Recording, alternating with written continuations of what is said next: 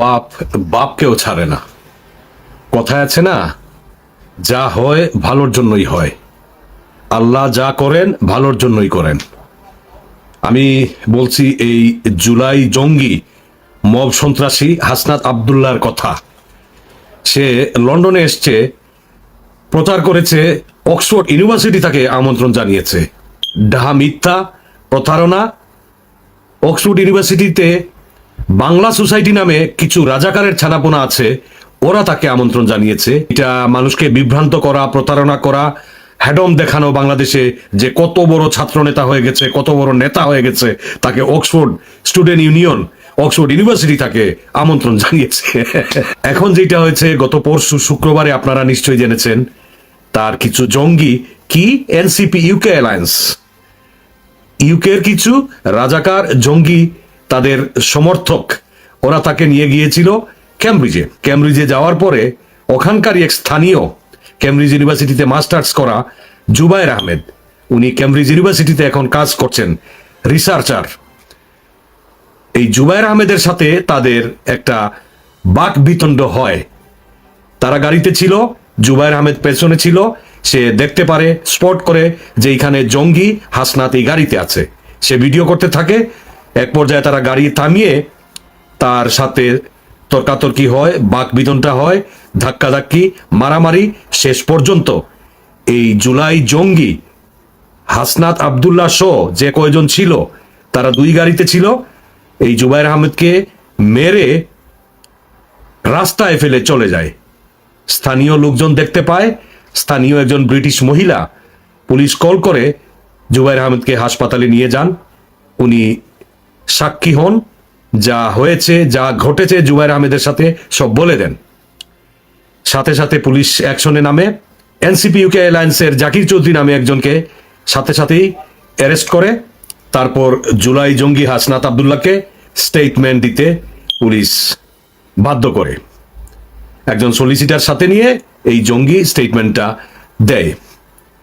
জুলাই জঙ্গি হাসনাত আবদুল্লাহ এখন under police investigation. তার আগামীকালকে দেশে যাওয়ার কথা ছিল।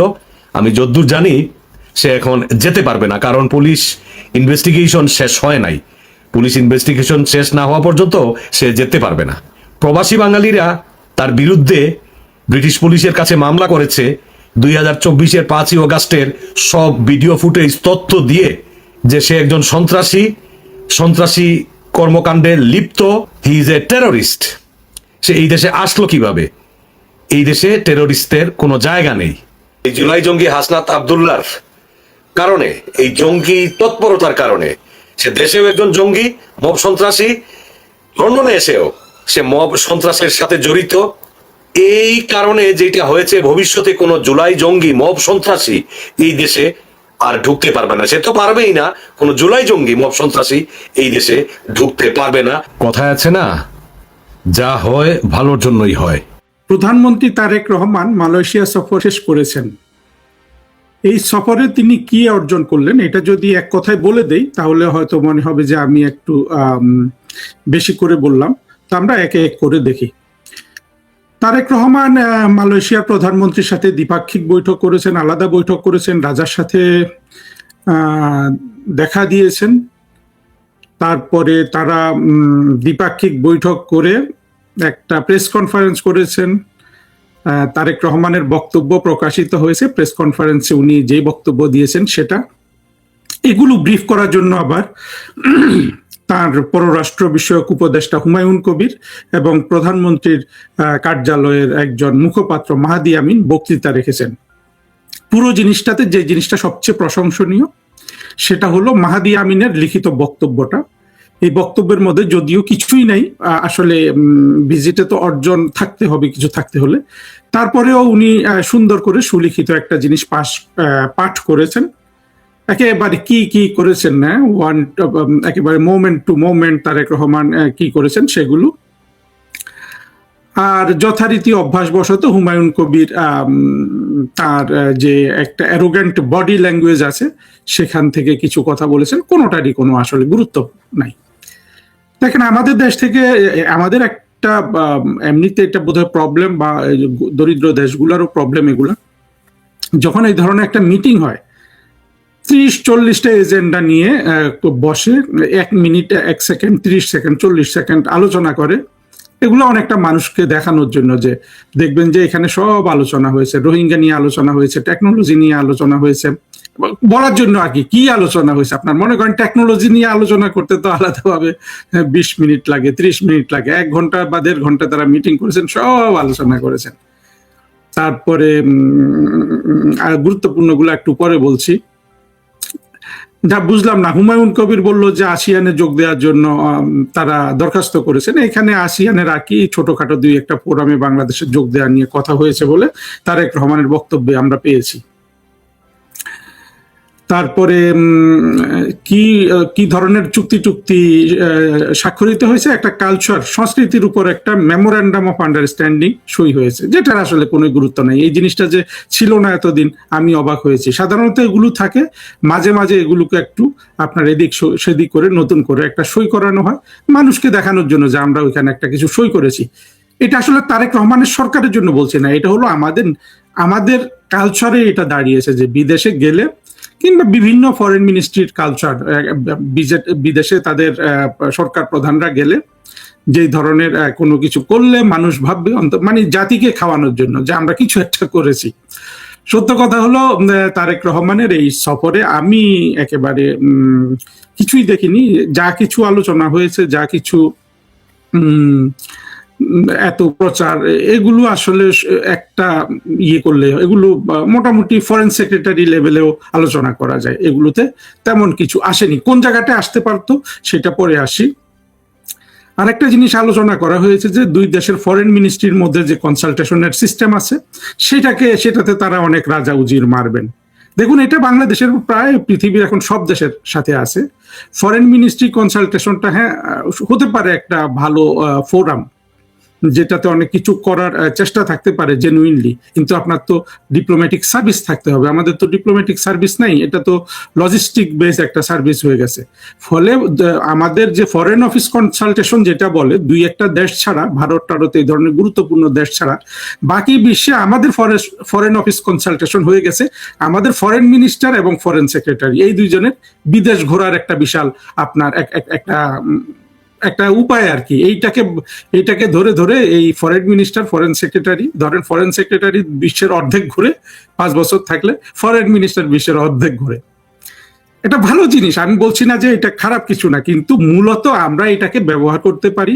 এইটা আমাদের ফরেন সেক্রেটারি, ফরেন মিনিস্টারদের বিদেশ ঘোরার উদ্দেশ্য ছাড়া এইটা দিয়ে আমরা কিছু এখন পর্যন্ত কোথাও অ্যাচিভ করিনি। এটাও কিন্তু তারেক রহমান সরকারকে টার্গেট করে বলি নাই, বুঝতে পারছেন যে এটা বহু বছর ধরে চলে এসছে।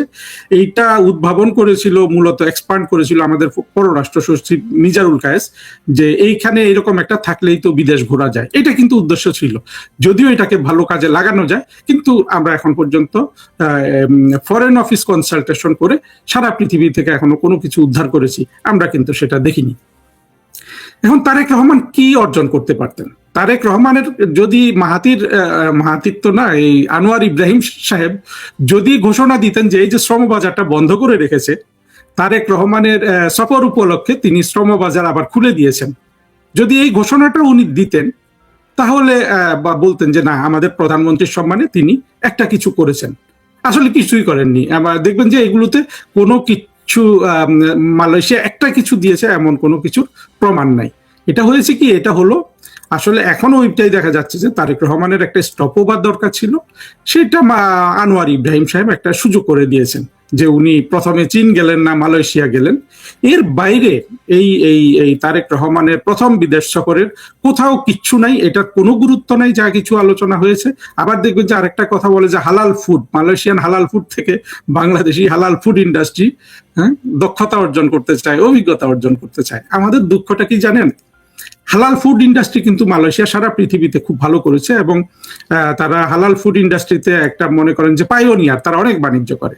আর আমাদের যত মন্ত্রীগুলো আসে, হালাল ফুড শুনলে ওদের শিরা উপশিরা যেভাবে আপনার শিহরণ বয়ে যায়, আর কোনো কিছুতে কিন্তু এইরকম শিহরণ বয়ে যায় না। আমার ধারণা আমাদের যত মন্ত্রীরা এসে পর্যন্ত একমাত্র সম্ভবত খলিল সাহেবের শিরায় উপশিরায় হালাল ফুড কথাটা শুনে কোনো শিহরণ বয়ে যাবে না। বাকিদের কিন্তু এই শিহরণটা বয়ে যায়। অর্থাৎ আমরা পররাষ্ট্র মন্ত্রণালয়ে সবসময় ইসলামিস্টদের নিয়োগ করি, এবং ইসলামিস্টরা হলো যে আপনার, কালকে আমি একটা কথা বলেছিলাম যে যখনই ইসলামিস্ট একজন আপনার সিস্টেমে ঢুকে, কূটনৈতিক সিস্টেমে আপনার এক ধরনের জঙ্গিবাদ মৌলবাদদের তরফে আপনি একটা কিছু করলেন, কিন্তু সার্বিকভাবে তাদের দ্বারা পুরো সিস্টেমটার আপনার কোয়ালিটিটা কম্প্রোমাইজড হয়। যেই অবস্থায় আমাদের ফরেন মিনিস্ট্রি বা কূটনৈতিক সার্ভিস একেবারে যুগের পর যুগ ধরে তার কোয়ালিটিকে কম্প্রোমাইজ করে, এইটা এখন মূলত একটা লজিস্টিক্স যোগানোর একটা মিনিস্ট্রি, এর কোনো কূটনৈতিক দক্ষতা নাই। এবং তারেক রহমান এই ধরনের ফরেন মিনিস্ট্রি নিয়ে, যদিও এটা তারই বান্ধব, অর্থাৎ এটার যে দক্ষতা কমানো হয়েছে এর কারণও কিন্তু এই লোকগুলা, এই যে তারেক রহমান জামাত বিএনপিকে সহযোগিতা করার জন্য তাদের যে প্রস্তুতি, সেটার অংশ। অর্থাৎ এই প্রস্তুতিটা নেওয়াটাই হলো যে আপনার কূটনৈতিক দক্ষতা কমিয়ে দেয়া। আমার দুঃখ হলো যে সেই জায়গায় কিন্তু আমাদের আওয়ামী লীগেরও কন্ট্রিবিউশন আছে। কিন্তু তারেক রহমানের মালয়েশিয়া সফর এটা শুধুই একটা লোক দেখানো সফর। এখানে যদি আপনার কিছু টাকা পয়সা খরচ হয় ভিজিটে, এই পুরোটাই কিন্তু লস। এখানে দেশের জন্য কিছুই নেই, শুধু একটা পাবলিক ডিপ্লোমেসি হলো। আর ওনারা যে লোক দেখানো, ওই যে এরা আবার বারবার ওই 15 বছরের বদনাম দিতে গিয়ে যে তারেক রহমান কম লোক নিয়ে গিয়েছেন, এটা শুনেন, এটা একটা অঙ্কের ফাঁকি। যোগ করে দেখেন, লোক সংখ্যা কোনোভাবেই কম হবে না শেখ হাসিনার সফরগুলো থেকে। একটা জায়গায় তারেক রহমান মিস করেছেন, উনি ওইখানে বলেছেন, এসব কথাবার্তা আছে যে উনি ইনভেস্টমেন্টের জন্য গেছেন, উনি ব্যবসার জন্য গেছেন। হুমায়ুন কবির বলল যে ব্যবসায়ীরা আসছে আর দেখা করছে, তো তারেক রহমান তার ব্যবসায়ীদের নিয়ে যাবেন না? আমাদের তো পাবলিক অফিসগুলোতে, ফরেন মিনিস্ট্রি বলুন, তারেক রহমানের অফিস বলুন, তারা কেউ তো ব্যবসায়ী কোনো ধরনের আপনার ক্যাপাসিটিও নাই, এটা পারেও না ব্যবসা বৃদ্ধির জন্য কিছু করতে। এই আলোচনাগুলো করতে হয় ব্যবসায়ীদের। এই ব্যবসায়ীদেরকে কিন্তু শেখ হাসিনা সবসময় নিয়ে যেতেন। ব্যবসায়ীরা যদি 30-40 জন বিদেশ সফরে যেত, এরা সবাই দেখবেন যে তাদের পয়সা খরচ করে কিন্তু প্রধানমন্ত্রীর সফর সঙ্গী হতো। এটা সারা পৃথিবী করে। কিছুদিন আগে যে প্রেসিডেন্ট ট্রাম্প চীন গেছেন, পুরো বিমান ভর্তি ছিল আপনার এই যে এলন মাস্ক, তারপরে বড় বড় নামগুলা বলে আপনি সব আপনার ট্রিলিয়নিয়ার, বিলিয়নিয়ার, মাল্টি বিলিয়নিয়ার ব্যবসায়ী, মানে সিইও গুলা। তো তারেক রহমানের আসলে, তারেক রহমান সরকারের তো ব্যবসা বাণিজ্যের কথা বলছেন, আসলে ব্যবসা বাণিজ্য উনি করতেও পারবেন না, সেদিক থেকে না নেওয়া ঠিক আছে, ওনারা মূলত আর ব্যবসা বাণিজ্য হবে না। কিন্তু মূল জিনিসগুলো মানে দেশের উন্নয়নে, ব্যবসা বাণিজ্যের খাতিরে কিছু করার যে আসলে বেসিক নিয়মগুলোও এরা দেখাতে পারছেন, সেটাও মনে হচ্ছে না। কিন্তু সব সুনাম নিচ্ছে যে তারেক রহমান অল্প কয়েকজন লোক নিয়ে বিদেশ সফর করে ফেললেন। এই ধরনের বিদেশ সফর যতই চলতে থাকবে, আমরা দেখবো যে তারেক রহমান একটা রুটিন সরকার পরিচালনা করছেন, সত্যিকার অর্থে উনি কিছু অর্জন করতে পারছেন না। অর্থাৎ উনি ওই ইউনূসের একটা এক্সটেনশন হিসাবে বাংলাদেশের ইতিহাসে থেকে যাবেন।